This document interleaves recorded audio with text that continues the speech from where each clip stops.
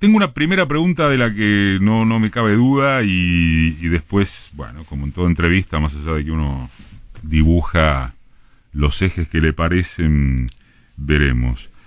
Yo te vengo siguiendo, que no es todas las horas de todos los días, en tus apariciones en los medios, pero no sé qué te está pasando en la campaña propiamente dicha, en términos de recorrida callejera, qué te está pasando con la gente. Y se me ocurría que la pregunta de cajón es, ¿podés meter, aunque sea una idea sobre la ciudad o lo global, que no sea estar a la defensiva por la foto de Olivos, por las puteadas contra?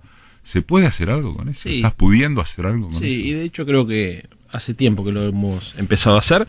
Costa Salguero, por ejemplo, empezó a instalar el debate sobre la propiedad pública, que para nosotros era un debate muy importante, porque veníamos discutiendo solamente la propiedad privada, y nadie le prestaba atención a la necesidad de defensa de otras formas de propiedad, que son tan legítimas como la privada.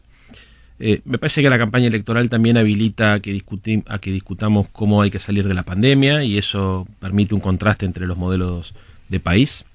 Y obviamente, Eduardo, vos sos consciente que en una campaña electoral muchas veces las cosas se resumen a la chicana, a la coyuntura, al impacto, pero en el medio de esas discusiones o en el medio de esas chicanas a veces se logra colar un argumento, y creo que de hecho se empieza a colar, especialmente en el caso de la ciudad de Buenos Aires, la idea de que hay que construir un paradigma, le digo yo, pero es un modelo, una forma de organizarnos distinta al del macrismo, porque se empieza a ver las fisuras de ese bloque, en términos ambientales, en términos sociales, en términos económicos productivos.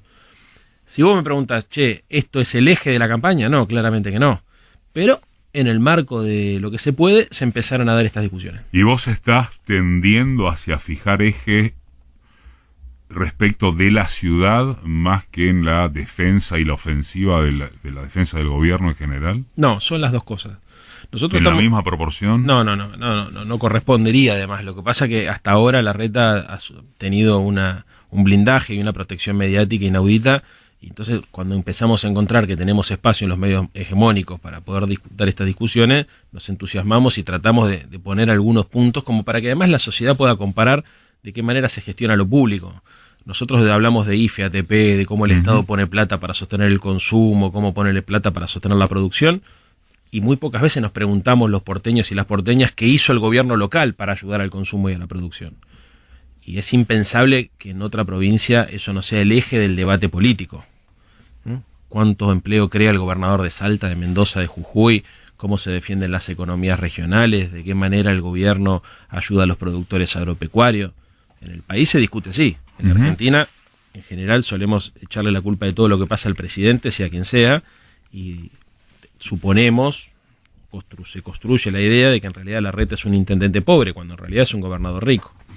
Pero la discusión de fondo es cómo salimos hacia el futuro, cómo nos imaginamos la pospandemia, qué rol tiene que cumplir el Estado, cuáles son los valores que tienen que organizar a la sociedad, cómo podemos construir reglas de juego que nos permitan a todos desarrollarnos con libertad en un marco de igualdad. Por ejemplo, en el caso de Larreta, respecto de aquello a lo que pudo estar habilitado, siendo que es el presupuesto más rico del país, por robo. Sí. ¿Qué ejemplos concretos pones en torno de lo que pudo haber hecho y no hizo? Desde su modelo, desde su concepción de ciudad. Durante la pandemia, decís vos. Vamos por la pandemia. Vamos a ponerlo en pandemia, pero vamos a ponerlo también en general, porque ¿cuánto hace que, digamos, el PRO viene gobernando? 14 años. 14 años, o sea que no adjudiquemos solo a Larreta. Mira, Eduardo, los enfermeros y las enfermeras de la Ciudad de Buenos Aires cobran como personal administrativo, y se los reconoce como personal administrativo, en plena pandemia. Y en plena pandemia tomaron 2.000 enfermeros y enfermeras con contratos de monotributo sin ART. En plena pandemia, en la ciudad más rica de la Argentina.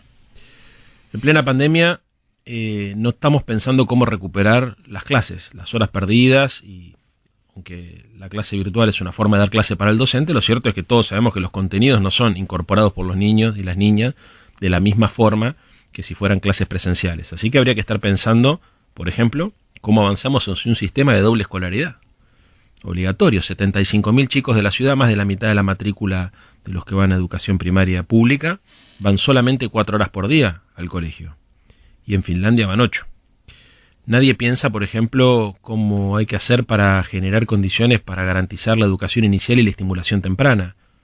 Se habla mucho de educación, se rasgan las vestiduras por la presencialidad, pero en la ciudad de Buenos Aires hay una ausencia de 20.000 vacantes para lo que se conoce con el nombre de CPI, que son Centros de Primera Infancia, que para colmo de males no dependen de educación, sino dependen de desarrollo social. O sea, no hay ningún tipo de política real educativa para la primera niñez.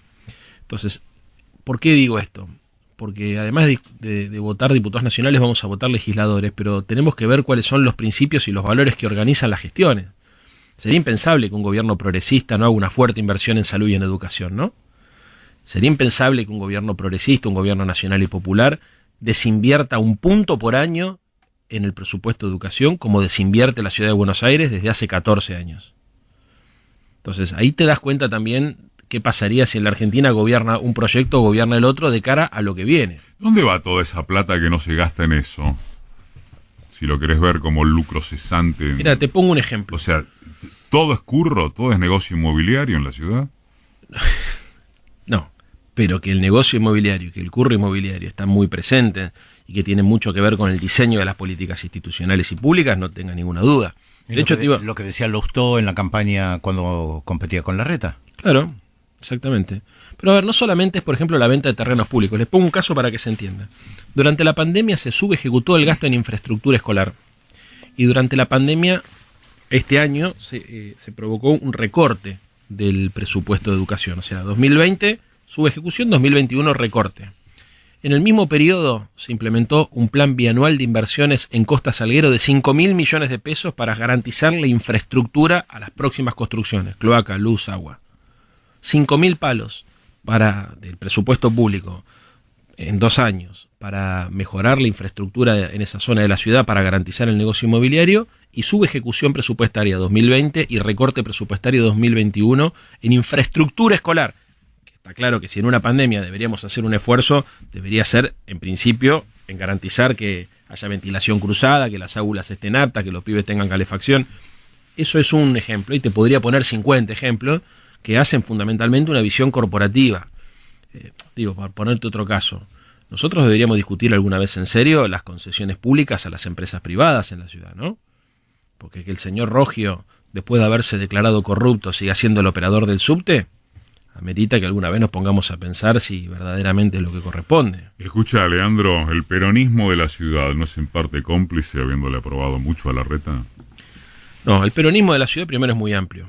Si vos me decís el peronismo de la ciudad, yo creo que hay muchos compañeros que te deben estar escuchando que deben decir, mientras nos escuchan ahora, Eduardo, ¿qué estás diciendo? Yo soy peronista y no soy cómplice de nada. Creo que hubo un sector del peronismo que durante un tiempo trató de ejercer una oposición más colaborativa, y la cosa se agravó muchísimo porque era muy difícil encontrar espacio mediático para un discurso opositor. Entonces la percepción de un sector del progresismo, de un sector del no larretismo en la ciudad, fue que había una, llamémosle así, una oposición de baja intensidad. Lo cierto es que desde que yo soy legislador, y mucho más ahora donde Mariano Recalde, mi amigo, es presidente del PJ de la ciudad, las definiciones son mucho más contundentes. No solo porque hay otra actitud, que uno siente que hay otra actitud, sino también porque además la sociedad pegó un cambio y permitió que en los medios hegemónicos se empiece a discutir cosas que hasta hace muy poco tiempo eran difíciles de discutir, Eduardo. Respecto de Larreta y su protección mediática. A ver, vos decís que ahora está más habilitado putear a Larreta, digamos. Contar lo que pasa. Vos pensás, Eduardo, que los que hacían oposición a Larreta hace 5 o 6 años atrás, por más que dijeran extraordinarios discursos en la legislatura o tuvieran el puño lleno de verdades, no tenían a quién comunicárselo. Y la verdad que sería muy injusto caer sobre esos compañeros y esas compañeras que dijeron en su momento las cosas que estaban pasando, pero que no encontraron eco mediático. Entonces, además, con humildad lo planteo, y yo creo que esto más o menos está reconocido, a veces las condiciones personales de los interlocutores determinan la capacidad de comunicación de los temas. Entonces, si vos tenés capacidad para poder instalar temas en los medios de comunicación por características innatas de personalidad o de retórica, entonces por ahí, después en la comparación contra otros compañeros o compañeras que trataron de ejercer ese rol, a veces cometemos cierta injusticia, porque no es que no quisieron o no supieron, por ahí no pudieron o no daban las condiciones, pero no significa que hayan sido cómplices de ningún tipo de de negocio espurio, digamos. Si eso ocurrió, a mí no me consta. Lo que pasa que me parece que en general la percepción de un sector del voto nuestro, de que había cierta actitud de baja intensidad o cierta oposición de baja intensidad, tenía que ver con un montón de factores que no necesariamente es la voluntad política de los dirigentes de aquel momento. ¿Se entiende? O sea, te voy a poner un caso que nadie discute, pero mucha gente... Un ejemplo. A ver, todo el mundo te dice, Filmus no quería ganar la ciudad, ¿no? No tenía vocación de ganar la ciudad. Es muy injusto con Daniel eso. ¿Cómo Filmus no quería ganar la ciudad? Filmus tenía vocación de ganar la ciudad y como la tienen todos los compañeros y las compañeras. Entonces, lo que pasa es que le tocó en un contexto muy difícil asumir el liderazgo en la ciudad de Buenos Aires en un momento donde justamente la derecha había tenido la capacidad de generar un partido político moderno, de haber producido una identidad política que interpelaba incluso un sector del bloque social que nosotros queremos representar. O sea, quien crea, por ejemplo, que el PRO o Juntos por el Cambio es una coalición de conchetos se equivoca. Hay sectores medios progresistas, incluso sectores populares. De hecho, el PRO ha ganado incluso el sur de la ciudad y muchas de las villas de la ciudad. Bueno, llegó a ganar en Lugano. Exactamente, entonces, viste, es muy injusto caer sobre el candidato de aquel entonces porque no pudo construir una mayoría electoral. Hay que entender además que al peronismo y al movimiento nacional y popular le cuesta más en los centros urbanos que en los centros suburbanos o en otros lugares de la Argentina. Entonces, hay algo que está pasando ahí, que yo creo que tiene que ver inclusive con algo que puede tener hasta un enfoque más global, de la dificultad de los sectores populares o de los proyectos populares de interpelar al ciudadano de las grandes ciudades, ¿no? De los grandes conglomerados urbanos, que hace que tengamos que repensar de qué manera intervenimos sobre esa realidad, Eduardo. Pero no creo que eso le quepa a los candidatos de aquel entonces. Creo que es algo que tenemos que ver, que pase lo que pase en Madrid, por ejemplo, nos tiene que llamar la atención, ¿no es cierto? Que tengamos las dificultades que tenemos, por ejemplo, en Mar del Plata, para poner un caso más cercano, o en Rosario, como fuerza política nos tiene que llamar la atención para repensar de qué manera podemos interpelar a ese sujeto que habita en las grandes ciudades. ¿En qué te parece que falló el campo progre en eso? ¿O en qué te parece que viene fallando? Y hacemos después el corte de spots y vamos al remate. Pues no quiero ser responsable. No, creo que hay que ponerle más énfasis a la creatividad.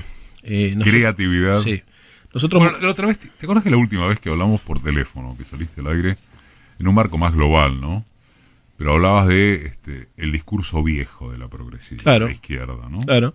Bueno, por eso nosotros... De la izquierda en términos globales. Globales, claramente. ¿No hubo en el último tramo de la campaña con eso que se hizo en las calles, Macri ya fue de Larreta también? Sí, con la arremetida... Fue innovador, fue diferente. Sí, pero ojo que eso fue una forma de comunicar, pero en términos de los contenidos políticos... a ver, Macri ya fue, Larreta ya fue, era simpática la canción, pero aparte, no, insisto, tampoco es responsabilidad de Lames, que fue el candidato de aquel entonces.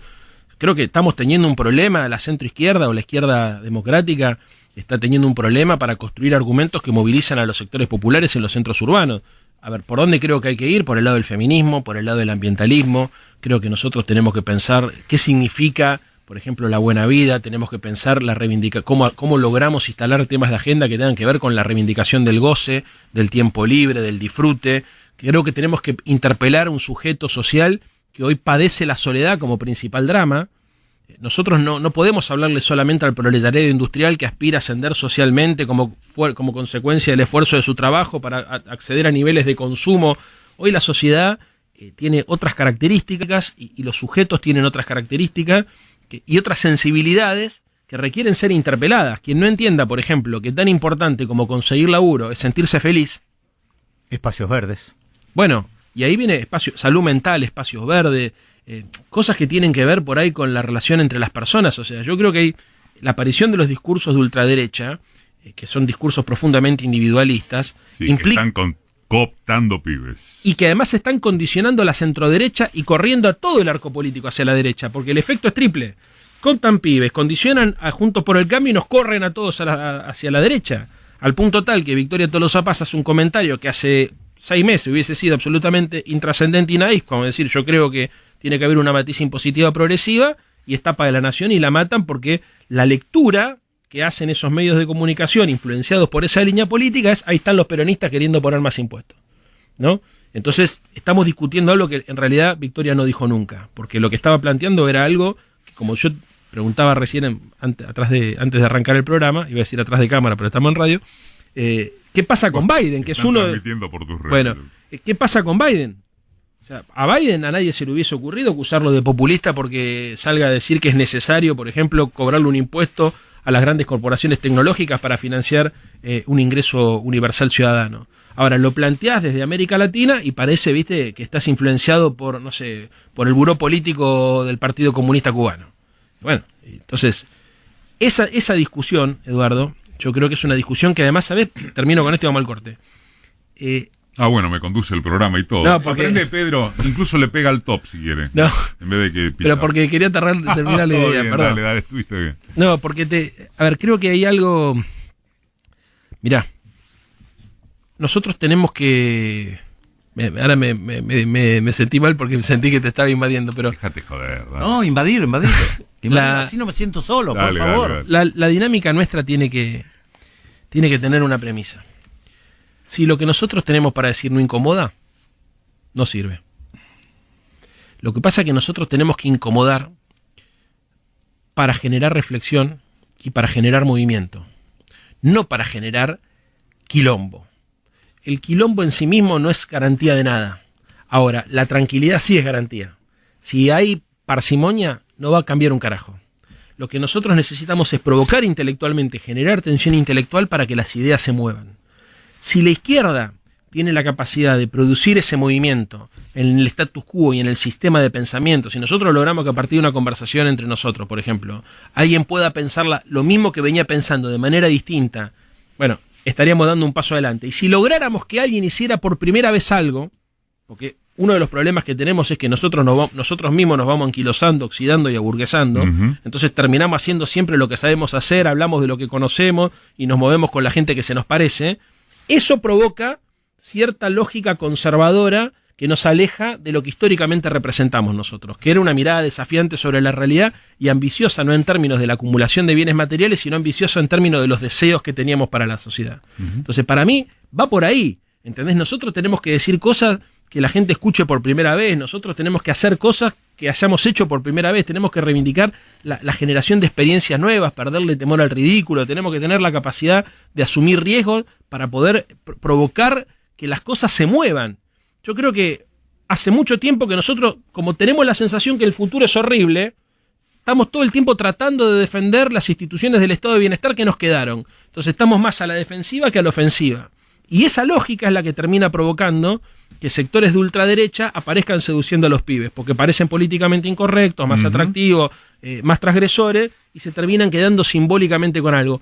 Y eso implica necesariamente darle contenido. Por eso no es solamente las formas, sino también el contenido. Tenemos que ser intelectualmente desafiantes para poder generar novedades. Está Leandro Santoro. Uno está atado de lo que mencionaste sobre lo ecológico, lo joven, que es un área descuidada en general por la progresía, la izquierda. ¿Hay trabajo concreto ahí de propuestas o cómo se te ocurre que son los disparadores más atractivos para llegar? Primero, es algo que es global, es un fenómeno global. A mí me abrió la cabeza un libro de Noemí Klein, en llamas, y ahora esto lo cambia todo, que lo estoy leyendo, porque efectivamente la única forma de luchar contra el neoliberalismo es a través del ambientalismo. Y empieza a ser un planteo que me parece muy interesante, que es que lo ambiental pone en discusión la necesidad de encontrar soluciones colectivas y públicas a problemas colectivos y públicos, porque una de las características de la derecha es que invirtió esa lógica frente a los problemas estructurales, soluciones privadas, ¿no? Entonces lo ambiental, lo pandémico, requiere que el Estado intervenga para garantizar los derechos de todos, ¿no? No se resuelve con mercado, el mercado no resuelve los problemas del ambiente. Desde ahí empecé a darme cuenta que en realidad la lógica verde atraviesa transversalmente todas las políticas públicas. Hay una lógica de gestión de la educación, de gestión de la inversión pública, de gestión de la salud, que es verde, que es ambiental y que requiere obviamente rediseños estructurales. Cuestiones económicas o productivas es más claro, porque está claro que hay que avanzar hacia una matriz verde, sustentable, de energía renovable, que consuma, donde las cosas se consuma menos, se recicle, se reutilice, etcétera. Ahora, traducido a la cosa concreta, sí, ¿qué hacemos con el tratamiento de la basura? ¿Cómo hacemos? Por ejemplo, la ciudad de Buenos Aires debería tener 500.000 más de árboles. ¿Para qué? Para disminuir la contaminación ambiental y sonora. Y esto es sencillo, hay que plantar medio palo de árboles. Hay 500.000 árboles, necesitamos 500.000 árboles más. Y déficit de espacio verde, ¿no? 4 metros cuadrados reales, porque te dicen 6, pero en realidad hay espacios como la Plaza de Boedo, que son mitad cemento, mitad verde. 4 metros cuadrados contra 12 que deberíamos tener. Yo te voy a tirar una provocación de un oyente aquí por Facebook, ¿no? Por Marcos Pellegrini, sí. Porque, adhiriendo a lo que decís, dice lo siguiente, y pienso que esto puede representar a algún, no sé si conjunto, pero algún polo de pensamiento de izquierda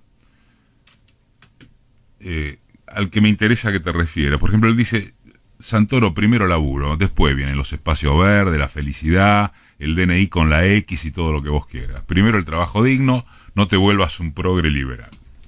Es una falta de respeto. Es una falta de respeto. Dicho con todo respeto. Sí, es una falta de respeto y además creo que es hija de la ignorancia esa declaración. ¿Por qué? Primero porque hoy el trabajo se genera a partir de este paradigma.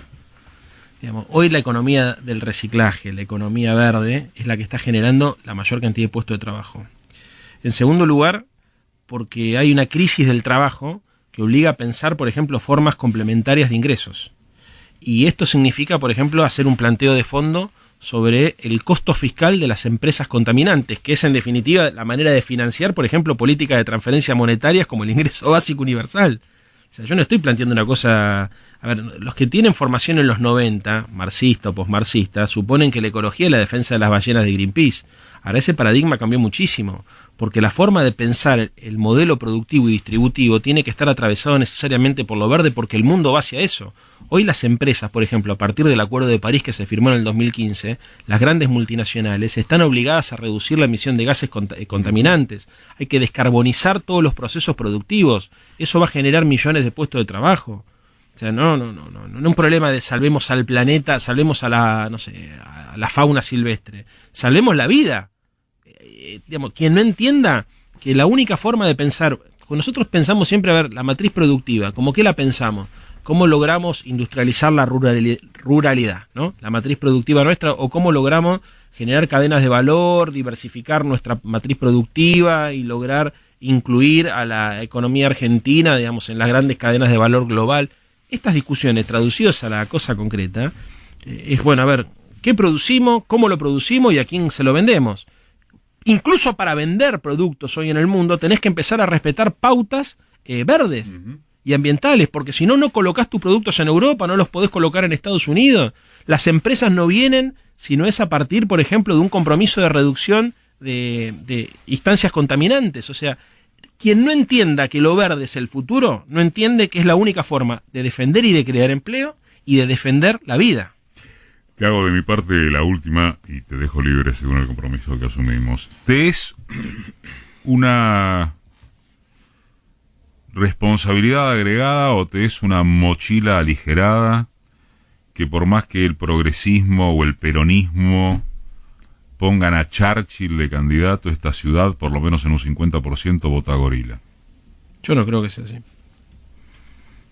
A ver, creo que hay un sector antiperonista importante, es una minoría intensa, que se hace sentir mucho en las redes y que hace que algunos sectores populares la magnifiquen. Es como la ultraderecha, ¿no? La ultraderecha es tan importante numéricamente, no, es importante porque están más organizados, porque hacen más ruido y porque nosotros estamos más a la defensiva. Si el campo nacional y popular logra construir un paradigma de ciudad alternativo al de Larreta y al de Macri, y logra construir una agenda que seduzca a los pibes, que no son ni de derecha, ni de izquierda, ni peronistas, ni antiperonistas, digamos, que es por donde yo creo que tenemos que expandir nuestra coalición social, y logramos articular los intereses y las demandas de la sociedad que están desarticuladas. O sea, si logramos construir pueblo, para decirlo en términos de Laclau, vamos a poder ensanchar nuestra base social y expresar además un proyecto ideológico y cultural alternativo al que existe. Y eso naturalmente va a devenir en una coalición mayoritaria, porque todos los periodos históricos en algún momento perecen. O sea, no va a haber macrismo por 50 años en la ciudad de Buenos Aires. En algún momento van a perder. Las alternancias forman parte de los sistemas democráticos. Las sociedades se cansan, se pudren de escuchar siempre lo mismo. De hecho, vos hoy te fijás la campaña de ellos y es desangelada. O sea, es desangelada, parece una repetición. Lo único le sacaron los globos, pero después es todo más o menos lo mismo de lo que vimos siempre. Se han equivocado en algunas cosas, ¿no? Lo de Vidal les genera un agujerito porque dejó de ser orgullosamente bonaerense. Igual es para discutir, ¿no? Si en algún momento te cansás porque ya llevan tiempo largo. No, y además te digo esto, Eduardo. Igual yo te aclaro que coincido con vos. Creo que hay una sobreestimación porque además, digo, a mí eso a veces me enoja, incluso con amigos que seguro están escuchando. Me dicen, porteños, gorila de mierda. Y yo, loco, ¿qué te queda para hablar de Córdoba entonces? No, pero además ¿Estás jodiendo?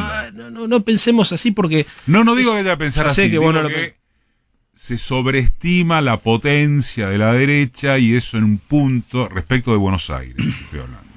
Ese complejo de inferioridad es falta de autoestima. De inferioridad muy jodido. Es una falta de autoestima. Entonces, yo, ¿sabes qué creo? Creo que más temprano que tarde la ciudad va a ser progresista. Más temprano que tarde los chicos y las chicas van a demandar un gobierno que se ocupe de otros temas. Va a demandar, por ejemplo, esto, a ver, ¿quién crea empleo y cómo se crea? Que defienda el medio ambiente, que haya paridad de género, que haya creatividad, que haya diseño. Lo que pasa es que nosotros tenemos que lograr vincular dos dimensiones, que son la dimensión social con la dimensión privada y productiva. Si nosotros logramos hacer eso, porque hay un sector de la sociedad que, que siente parecido a nosotros. Y acá viene el tema de la sensibilidad. No sé si piensa parecido a nosotros, pero siente parecido a nosotros. Y tenemos que tratar de traducir ese sentimiento, esos valores en ideas. Si lo logramos hacer, y yo creo que es el entrecruzamiento de estas dos dimensiones, hay que gobernar lo público y las dimensiones más colectivas y las más individuales. Hay que gobernar lo público y hay que tener política para lo privado. Tenemos que lograr romper con esa dicotomía que históricamente ordena la cabeza del progresismo. Contradicciones fundamentales hay una. El resto son contradicciones secundarias. Hay que saber cuál es la contradicción fundamental del pueblo en cada momento histórico y después poder administrar las contradicciones secundarias. Mi sensación es que las contradicciones secundarias para un sector de la progresía o del campo popular son todas contradicciones fundamentales, de antinomias irreductibles. Entonces, la cosa esta de es imposible hablar con ellos, probablemente con un sector de la sociedad sea muy difícil hablar. Pero también hay un sector de la sociedad a la cual hace mucho tiempo le dejamos de hablar, Eduardo. La dejamos de interpelar. ¿Por qué? Porque pensamos, digamos, por jactancia intelectual, por pretensión de superioridad ética, digamos, porque por anquilosamiento ideológico, porque las palabras que utilizamos nosotros o los conceptos que utilizamos nosotros nos expresan solamente a nosotros, por incapacidad para escuchar al otro. O si pensamos que de verdad el 55% de la gente que lo votó a Larreta son todos... Son todos el enemigo. Es que no funciona así, ¿eh? Hay un voto progresista y hay un voto que por ahí no es ideológicamente progresista, pero es culturalmente progresista, sí, que lo interpelaron más ellos que nosotros. Entonces, ¿y sabes qué? Yo creo que nosotros, más temprano que tarde, lo vamos a lograr interpelar, pero que se convenzan todos y todas, porque si no es imposible. O sea, se tienen que convencer todas y todas de que podemos recuperar la autoestima, recuperar la convicción en nuestras propias ideas y recuperar la mística, hermano. Porque sin mística no se puede construir nada. Entonces, a los que te dicen, ¿sabes qué? Laburan para el enemigo. Laburan para la antipolítica. Todo se puede cambiar. ¿Cómo no se va a cambiar? Digamos, la historia de la humanidad, los procesos que hicieron que Pedro estudie lo que estudia, son los procesos donde las cosas parecían que estaban terminadas y de repente resurgió la política, resurgió la vida, resurgió la democracia. Chile hace muy poco. No, es increíble que esto se diga así. Creamos en nosotros mismos, tengamos optimismo, tengamos fuerza. Y por favor, no bajemos nunca los brazos, apostemos a la mística de la militancia. Sí, gracias. Bueno. Y ya que hablaste de Pedro, mirá, enseñale cómo le pegaste al top. ¿No le pegó? Todo. Sí, mirá. No, todavía. ¿Lo vas a pisar vos? Menos mal que te detuve. Chao, Leandro, gracias por haber venido y haberte extendido más de lo previsto. Te agradezco muchísimo. Pasó Santoro.